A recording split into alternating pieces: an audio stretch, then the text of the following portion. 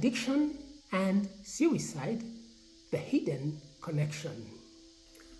Let me ask you, have you ever wondered how something as ordinary as a drink, a leaf, or a puff could slowly tighten into chains you never thought you could wear? That's the story of addiction. And sadly, it is one of the silent roads that can lead to suicide. Welcome to Team Psych Mind in Minutes, this Suicide Prevention Month. I am Tim Goddo, a psychologist and coach, and today we are looking at addiction and suicide. A heavy subject, yes, but one that touches both young and adults. If you are joining us from Ghana, Nigeria, Canada, the US, Tanzania, or Australia, karibu, welcome. Would love to hear experiences and statistics from your part of the world in the comments. Also, please have a pen and paper ready as I will ask you 4 simple questions further on. Earlier on, we saw how alcohol, marijuana, miraa, mogoka, and party drugs affect the brain. But in case you missed them, here is a quick recap. Alcohol lowers inhibitions, which makes impulsive suicide attempts more likely. Cannabis and miraa can worsen depression, anxiety, or even psychosis, which are direct suicide risks. Party drugs such as ecstasy, cocaine, opioids, all those create chemical highs, then deep emotional crashes that leave users vulnerable.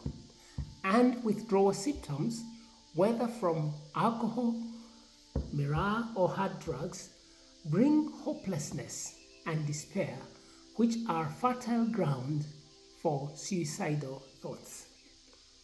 So, drugs don't just mess up your body, they alter your brain in ways that increase the risks of suicide. Let us look at Kenya for a moment. In central Kenya, a government survey showed over 1 in 5, that is 20%, young men aged 15 to 24 were already drinking regularly. Among university students, studies have found alcohol and marijuana to be the leading substances used, with a shocking 15% admitting to regular use. In Mandera and Moyale, miraa and mogoka chewing is not just common, it is part of daily life. And this isn't just about the youth. In Kiambu, Murang'a, and Kisii, whole communities are grappling with middle-class adults who cannot function without alcohol. Families see it, but denials run deep. The statistics remind us this is no longer a youth problem. Let's see how addiction happens. Now, let us be clear about one myth. Not everyone who takes a drink or chews miraa is addicted. Addiction is a process. Here is how it usually works. First comes experimentation, curiosity, peer pressure, or just wanting to feel good. Then regular use, weekends, evening, after work. Next, the brain adapts.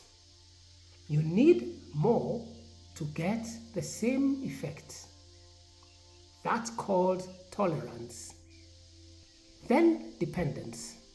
Without the drug, your body protests, shakes, sweats, sadness, irritability. Finally, addiction. You are no longer in control. The drug is in control. And that's the danger.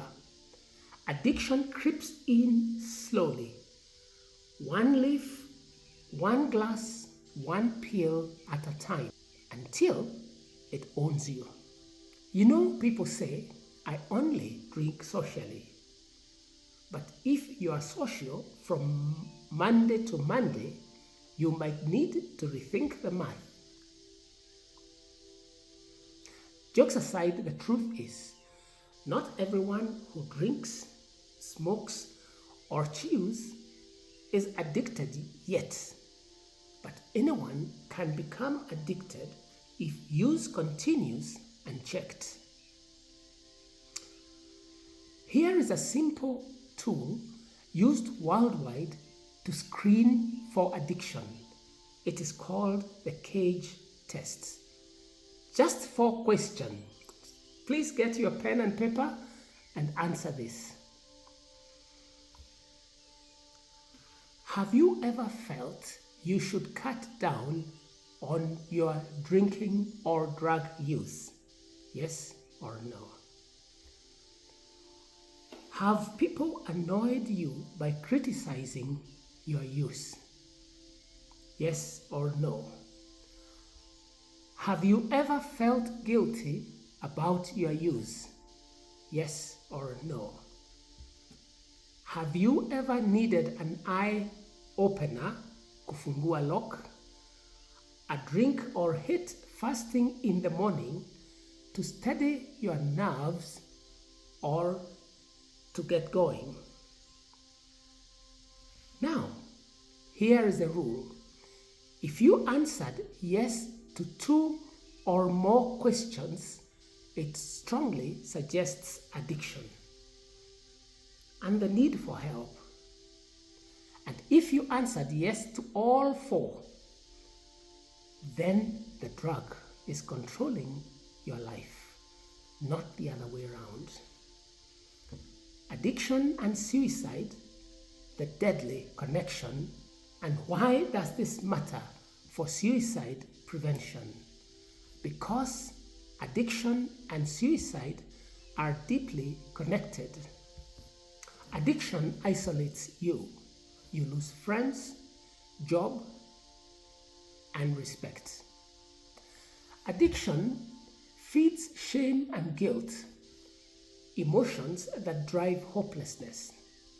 Withdrawal brings depression, anxiety, and physical pain, all risk factors of suicide. And the impulsivity fueled by substances makes suicide attempts far more likely to succeed. So, when we talk about preventing suicide, we must talk about preventing and treating addiction. If you recognized yourself in the cage tests, don't panic. Addiction is not a life sentence. People recover every day. With therapy, support groups, medical care, and faith, chains can be broken. Most importantly, if you or someone you love is struggling with addiction and feeling hopeless, reach out. Speak. Help is possible. Life is worth more than any substance. This has been Team Psych Mind in Minutes. Thank you for watching this Suicide Prevention Month episode. If this helped you, type 1 in the comment section below. If it didn't, type 0.